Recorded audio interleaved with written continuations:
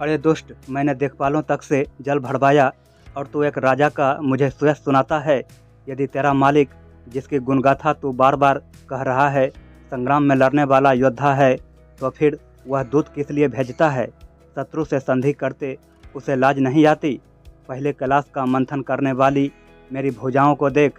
फिर अरे मूर्ख वानर, अपने मालिक की सराहना करना रावण के समान शूरवीर कौन है, जिसने अपने हाथों से सिर काट काट कर अत्यंत हर्ष के साथ बहुत बार उन्हें अग्नि में होम दिया। स्वयं गौरीपति शिव जी इस बात के साक्षी हैं। मस्तकों के जलते समय जब मैंने अपने ललाटों पर लिखे हुए विधाता के अक्षर देखे, तब मनुष्य के हाथों से अपनी मृत्यु होना बाँचकर विधाता की वाणी असत्य जानकर मैं हंसा। उस बात को समझकर भी मेरे मन में डर नहीं है, क्योंकि मैं समझता हूँ कि बूढ़े ब्रह्मा ने बुद्धि भ्रम से ऐसा लिख दिया है। अरे मूर्ख, तो लज्जा और मर्यादा छोड़कर मेरे आगे बार बार दूसरे वीर का बल कहता है। अंगद ने कहा, अरे रावण, तेरे समान लज्जावान जगत में कोई नहीं है। लज्जाशीलता तो तेरा सहज स्वभाव ही है। तू अपने मुँह से अपने गुण कभी नहीं कहता।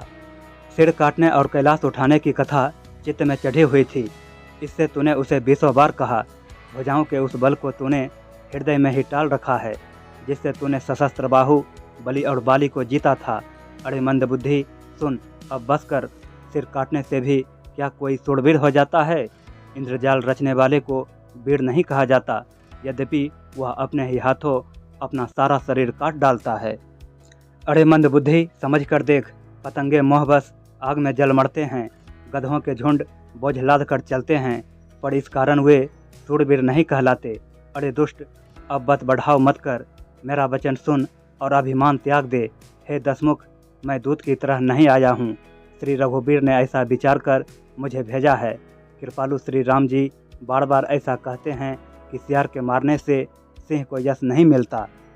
अरे मूर्ख, प्रभु के उन वचनों को मन में समझकर ही मैंने तेरे कठोर वचन सहे हैं, नहीं तो तेरे मुंह तोड़कर मैं सीता जी को जबरदस्ती ले जाता। अरे अधम, देवताओं के शत्रु, तेरा बल तो मैंने तभी जान लिया जब तू सुने में पड़ाई स्त्री को हर लाया। तो राक्षसों का राजा और बड़ा अभिमानी है, परंतु मैं तो श्री रघुनाथ जी के सेवक का दूत हूँ। यदि मैं श्री राम जी के अपमान से न डरूं, तो तेरे देखते देखते ऐसा तमाशा करूं कि तुझे जमीन पर पटक कर तेरी सेना का संहार कर और तेरे गांव को चौपट करके, अरे मूर्ख, तेरी युवती स्त्रियों सहित जानकी जी को ले जाऊं। यदि ऐसा करूं तो भी इसमें कोई बड़ाई नहीं है। मरे हुए को मारने में कुछ भी पुरुषत्व नहीं है। वाम मार्गी, कामी, कंजूस, अत्यंत मूढ़, अति दरिद्र, बदनाम, बहुत बूढ़ा, नित्य का रोगी, निरंतर क्रोधयुक्त रहने वाला, भगवान विष्णु से विमुख, वेद और संतों का विरोधी, अपना ही शरीर पोषण करने वाला, पढ़ाई निंदा करने वाला और पाप की खान, ये 14 प्राणी जीते ही मुर्दे के समान हैं। अरे दुष्ट, ऐसा विचार कर मैं तुझे नहीं मारता। अब तो मुझ में क्रोध न पैदा कर। अंगद के वचन सुनकर राक्षस राज रावण दांतों से होठ काटकर क्रोधित होकर हाथ मलता हुआ बोला, अरे नीच बंदर, अब तो मरना ही चाहता है, इसी से छोटे मुंह बड़ी बात कहता है। अरे मूर्ख बंदर, तू जिसके बल पर कड़वे वचन बक रहा है, उसमें बल, प्रताप, बुद्धि अथवा तेज कुछ भी नहीं है। उसे गुणहीन और मानहीन समझकर ही तो पिता ने वनवास दे दिया। उसे एक तो वह दुख, उस पर युवती स्त्री का विरह, और फिर रात दिन मेरा डर बना रहता है।